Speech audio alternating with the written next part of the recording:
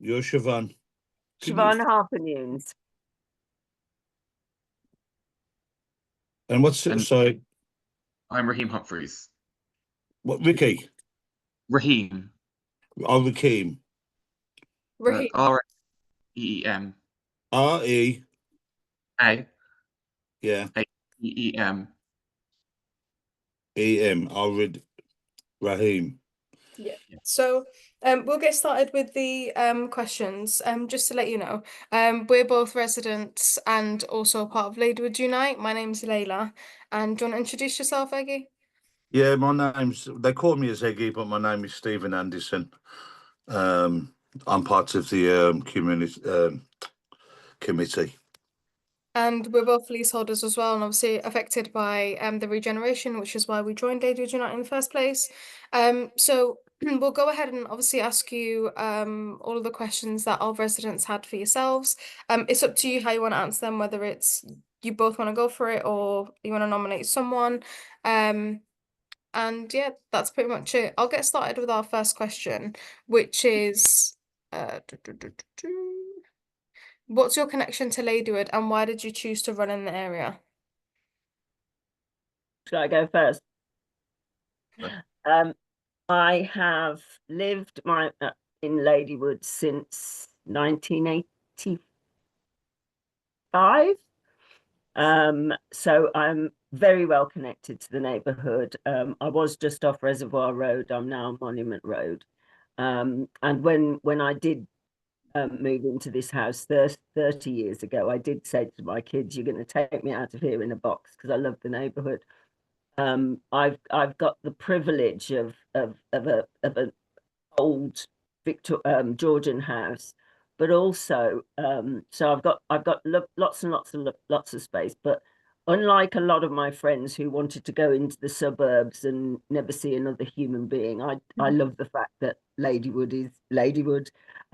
All kinds of people, all kinds of shops, all kinds of restaurants, all kinds of everything, including our amazing green spaces. I was telling Raheem about, obviously, I've got grandkids now, so we go to the piggy park quite a lot across the road. And obviously, I used to, well, haven't done it for a while, but I used to take my granddaughters all around the canals of Ladywood, so they know the space very well. Amazing. Siobhan, can I just ask you a quick question, please? Sure. Where you live, are you involved in the regeneration where you actually live? I'm aware of it. I'm not as involved as I should be because I must admit, between you and me, don't repeat this. I thought I was going to have to move last year. I don't know if you know, I ran for Gravelly Hill a few years ago, and I said that if I won there as the Green candidate, I'd move. But the reason I thought I'd have to move is basically my partner and I broke up finally.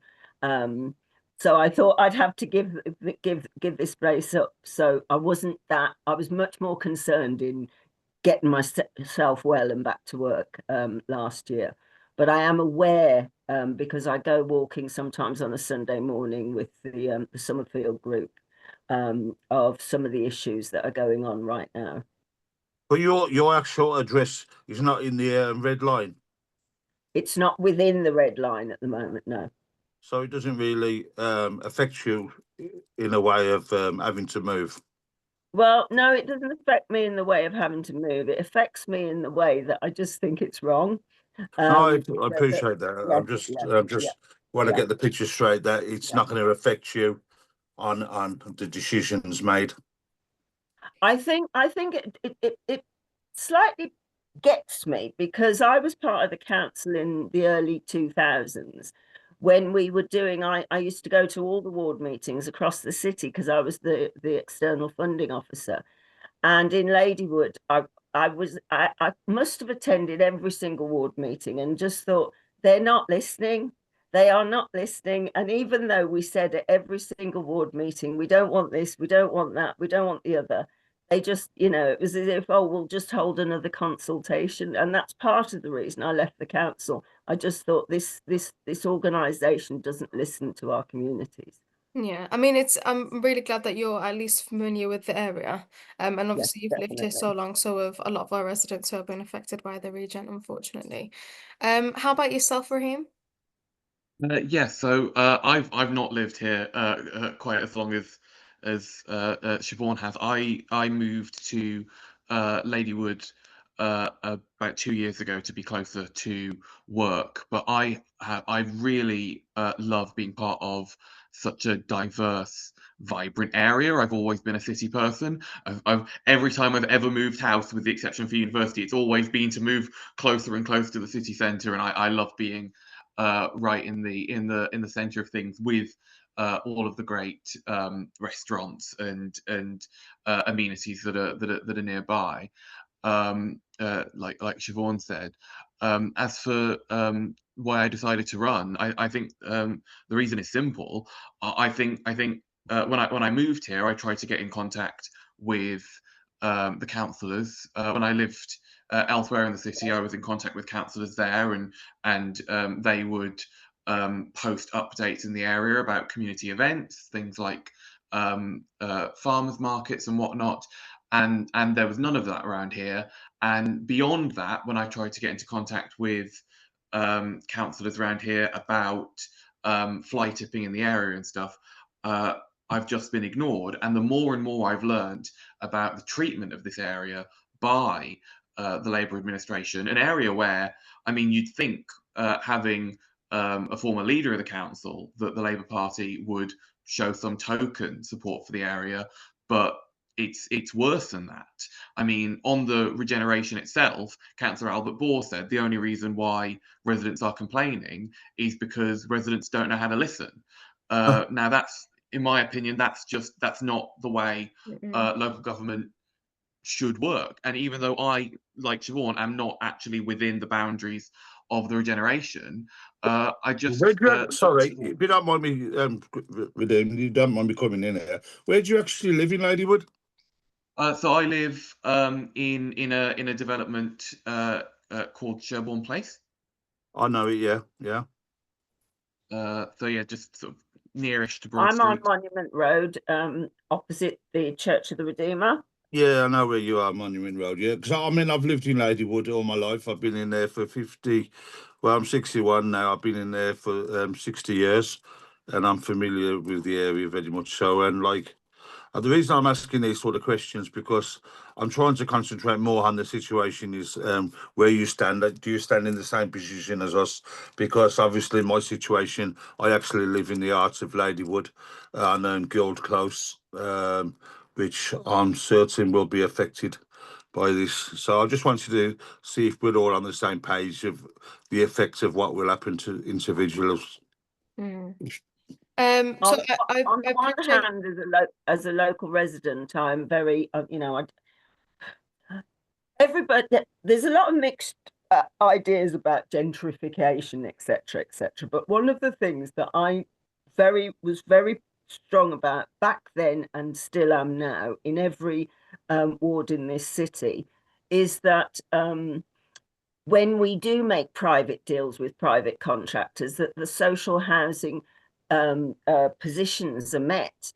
And what we've seen in Ladywood, especially with Portloop, is there is no affordable housing available there at all.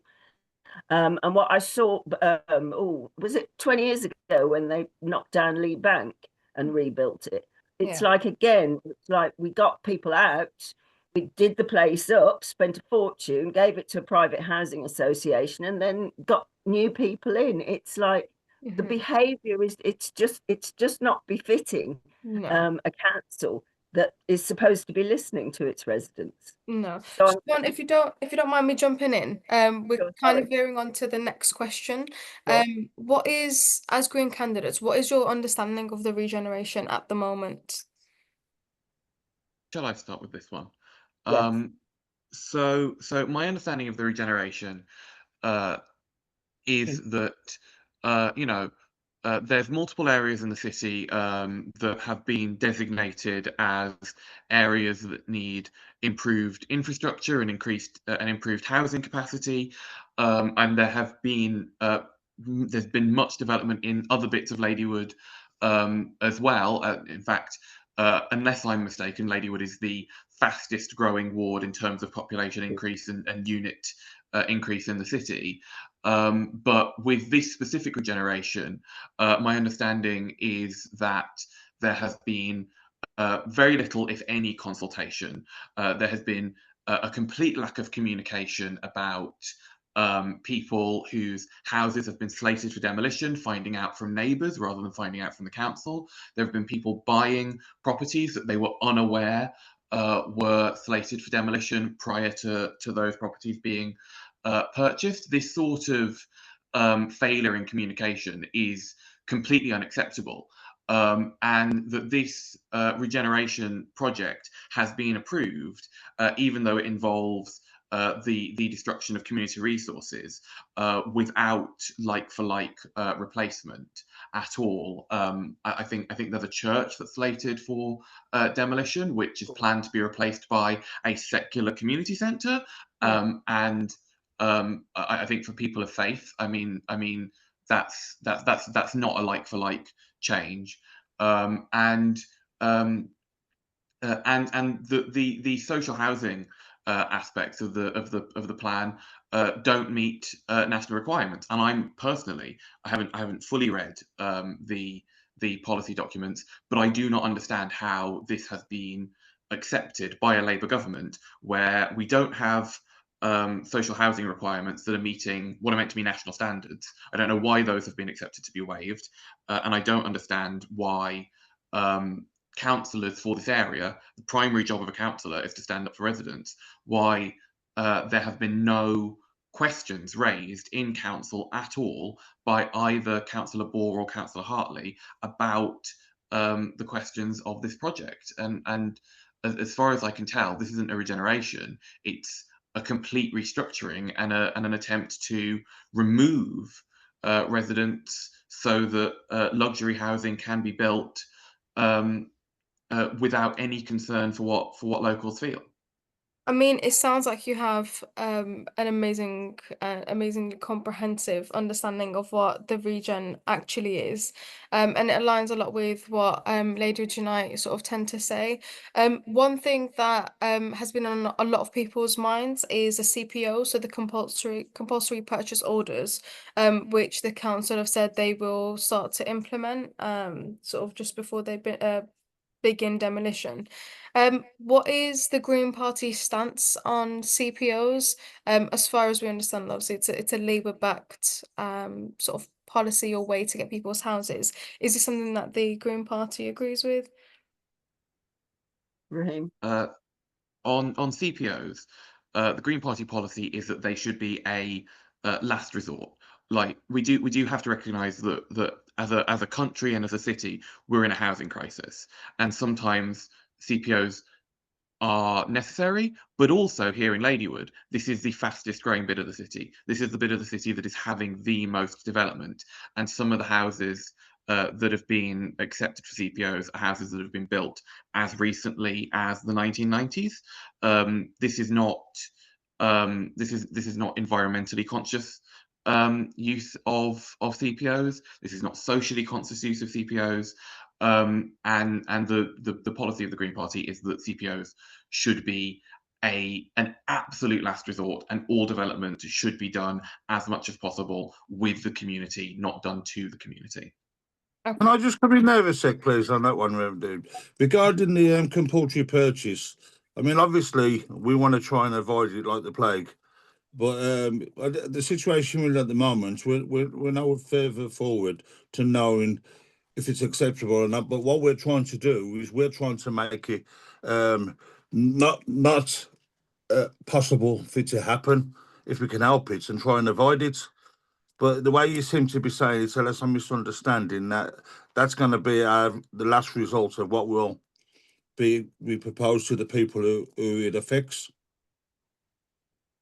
So it's my understanding, like right now, that I don't believe that this is a project for which all of the compulsory purchase orders are appropriate. I'm very happy to say that I think the vast majority of the CPOs, I think, are inappropriate given the poor communication and the the complete failure to do proper social impact Sorry to consultation. interrupt you, Raheem, just because I'm a little bit time conscious. What do you actually think is an Yeah. appropriate use of a CPO? What do I think is an appropriate use of CPO? If we were looking at the city as a whole, and there were an area which had very high rates of HMO use and overcrowding, and simply there was nowhere in the city that locals were happy with proposals that were made by the council, then at a certain point you would have to make a decision somewhere that some people who don't want to move may have to move, but you would always aim to make it so that those individuals are moved nearby, preferably within the same community. I mean, with Layla, sorry, can the I just interrupt, please, Layla? I think you should carry on because I think we're going to tend to agree and disagree on this because I'm not on the same wavelength of what they're saying because I think it can be avoidable, and that's the very last option to us. No, I was yeah. going to So, jump in yes. and say the same thing. I genuinely think that the time we use a CPO is when a property is dangerous to the local people and to the local the local infrastructure. So, for example, if there's one tent in the middle of a building that is going to transform the neighborhood, then we talk about it. But what I saw, for example, there's a brilliant example in Witton Lodge where the council tried to bully the tenants there to actually their houses were destroyed, rebuilt. But what they did was took back the power. They actually insisted on the social housing rules. They all ended up choosing the houses that were being rebuilt for them, and they've actually created a beautiful community there. But they took back their power. And what I feel, and what I've seen through community action in the past, where projects have worked in terms of regeneration and architecture, is that the community can only take charge if they have a voice. And so our job is to make sure your voice is amplified so that you get what you want. But the council can be a bully, especially when they're making deals with private contractors that benefit nobody apart from the landowners and the landlords. Okay. So we've sort of got two different opinions here. So what you've said, Siobhan, is obviously you believe that CPOs are required in times where the building itself is dangerous to the community. Oh, definitely. There are buildings, yeah. Yeah, and then Raheem has said it might be necessary in terms of HMOs, for example, requiring newer or different types of buildings to actually suit and accommodate their needs. I think in that kind of situation, more can be done beforehand to negotiate, but I think we'll move on this topic for the time being. I have sent you a link to our red lines prior to this meeting. Will you commit on record to fully supporting all of Ladywood Unite's red lines as outlined on our website? Sorry, did you send me an email, Layla? Yeah, I forwarded it to you, Siobhan. I think I forwarded it to the wrong email. I was going to say I've not seen the red lines. I've been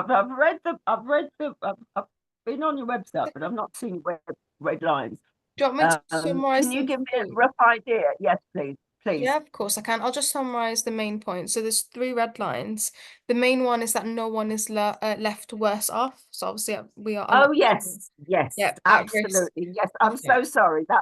I thought you were talking about the geographical red. Oh no, no, no. It's our main policy on our website. No, absolutely agree with all 3 red lines. Brilliant. Glad to get that. We have Sorry, go on. We have signed on unreservedly to all of your red lines, and I have emailed you a full statement that Siobhan and I have drafted with regards to Green Party policy on the red lines. But in a single sentence, we sign on without reservation to Ladywood Unite's red lines. Perfect. Thank you so much. Next question, a little bit of a tricky one. Let me know if you need some time to actually think about this. But if a regeneration proposal is backed by your party leadership or the council, but it's clearly opposed by us Ladywood residents, would you vote against it? So, for example, a CPO policy or anything else? Yes. The Green, I didn't join the Green Party so that somebody could tell me what to do. I've been in other parties, and one of the things I loved when I decided to go green, and it was just literally reading everybody's policy. We put people first. We're known as the Planet First Party, but of course we care about the planet because we care about people first. Of course. So Take yourself, Raheem. that actually, the situation that you have outlined is actually not possible within the Birmingham Green Party based on the way that it's run. In terms of policies that affect individual local areas, there is no whip system like the Labour Party has and the Tories and the Liberal Democrats. So if there was something like a regeneration project which affects a community, the way the Green Party works is it would be our responsibility, myself and Siobhan, to represent the views of locals, and it would be seen as standard that the rest of the Green Party takes our representation of locals on how to vote, rather than the Birmingham Green Party taking a position against what the locals want. Okay, that is really reassuring. What would you do to prevent unnecessary demolition and increase social and affordable housing? Because at the moment, the plan that the developer has proposed includes 20% affordable housing, which, as you know, includes an even lesser percentage of social housing, which doesn't match up to what we currently have as social housing in Ladywood. So what is it that you'd do to prevent something like this?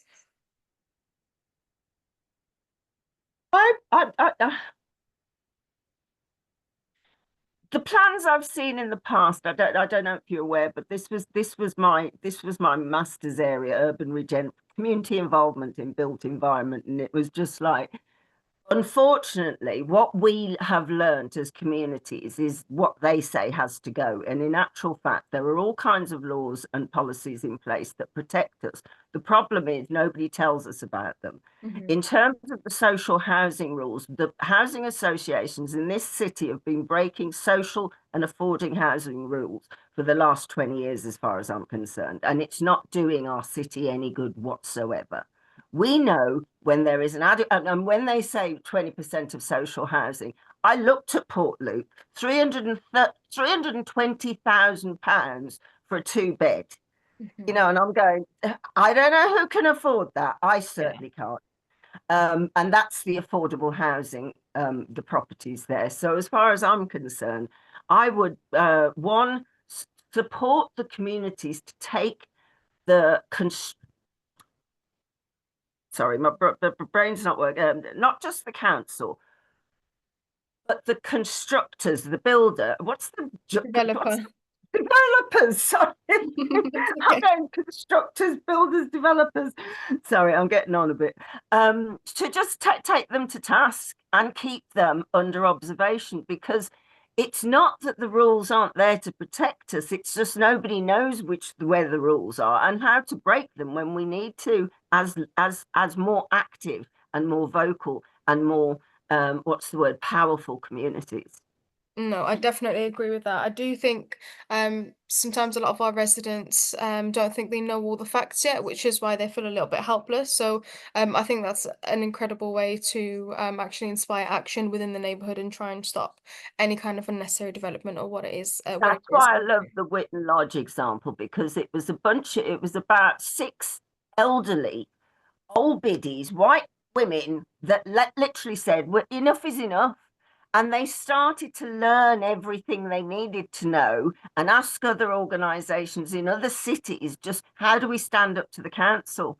And they did. They've created a beautiful, almost like a little kind of self-built village with resources, with schools, with community centres, etc. But they still own the properties that they are leasing. Does that make sense? Yes, yes, no, I So understand it's that. yeah. I think we definitely need to look a lot more into Witten Lodge, so I appreciate you bringing that up.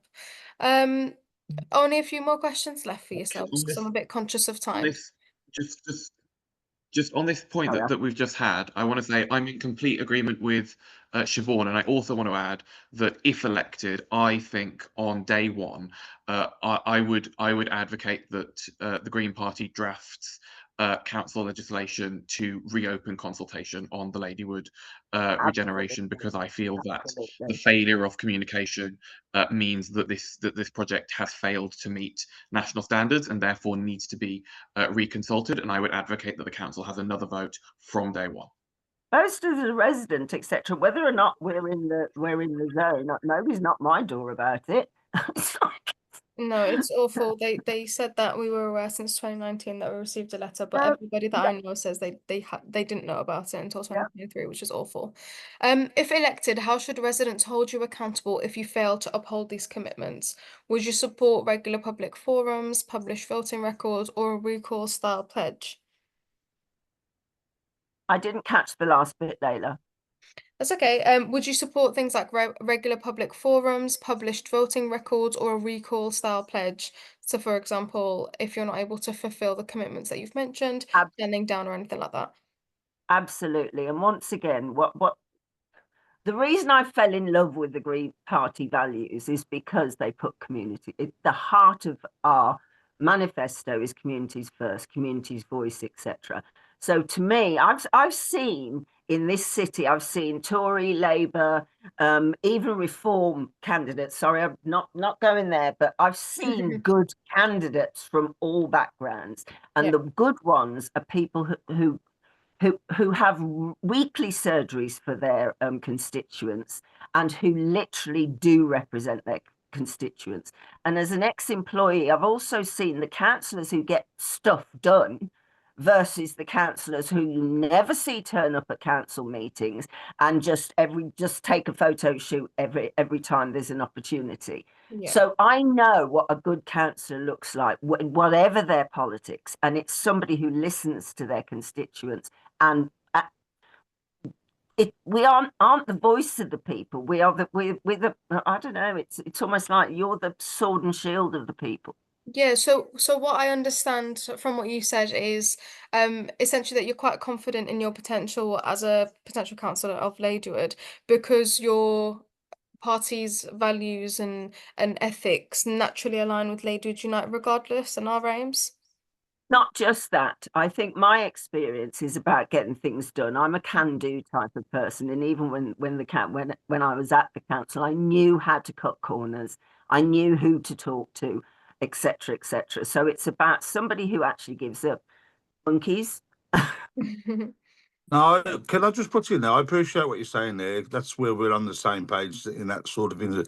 But we're all trying to do the same thing, and we know as like everybody else is good and bad, and like there's a lot of false people out there. So we're in a situation. Everything you're saying, we're going through, and we've got a lot of people who have got involved into this regeneration, and like Lara's just said, from 2019, we've been told a load of lies that this is going to happen. And so at the moment, we're in a situation where we're no further forward than we are when it first came out. So we do appreciate people having an input, but there is people out there who are trying on a regular basis. See that. Yeah. And I mean, councillors are representatives.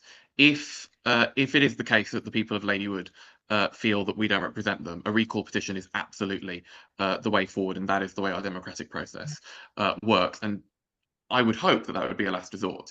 And yes, absolutely, it is myself and Siobhan's intention if we are lucky enough to be elected, to hold regular community meetings and to engage as much with the community as possible, because that is the primary duty of a councillor, is to represent the area which they have been duly elected to represent. And to use their influence within the structures that be to actually make change happen. I've seen one councillor change the whole council meeting because they were so passionate, and got everybody to agree with them on a particular issue.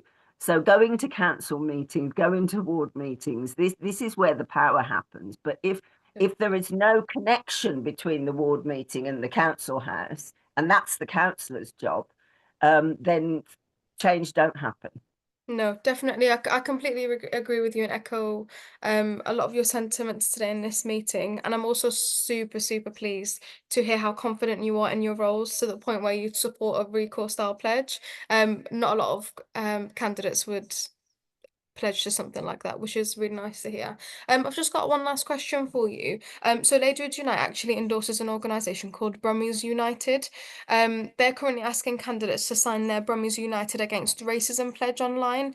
Have you, or are you planning on signing this pledge that essentially states candidates will actively support and or participate in local action to stand against politics of racism and division? That's been my mission throughout my life. In fact, I was one of the founding members of the Birmingham Race Impact Group.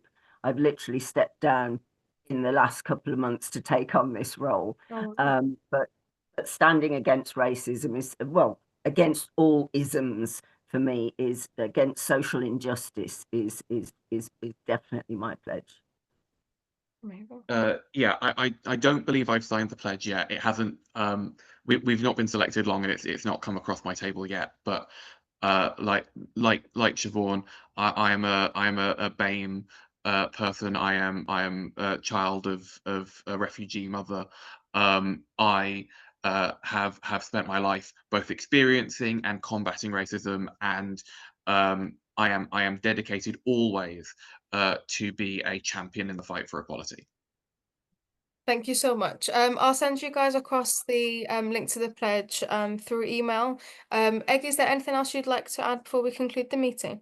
No. I mean, I think we've covered most things, and we do appreciate the feedback that you've been giving us on your comments, which we're all on the same sort of page, and all we can do basically is wait and see at the moment, because whatever we're coming out, these people have got the powers above, and we can only do so much. No, definitely. Thank you both so much for your time. It was really nice to meet you. Hopefully at some point we see you around in the area. If you're ever campaigning or anything like that, let us know. We'll come. Oh yes, no, we'll be on the we're hitting the streets next week. Amazing. Thank you so much for your time again, and But not in my stilettos. make sure you bring the lipstick. All right. Okay, care. thank All you. right. Okay, bye. Thank Bye. you both so much. Lovely. Take care. Bye bye. Thank you. Bye.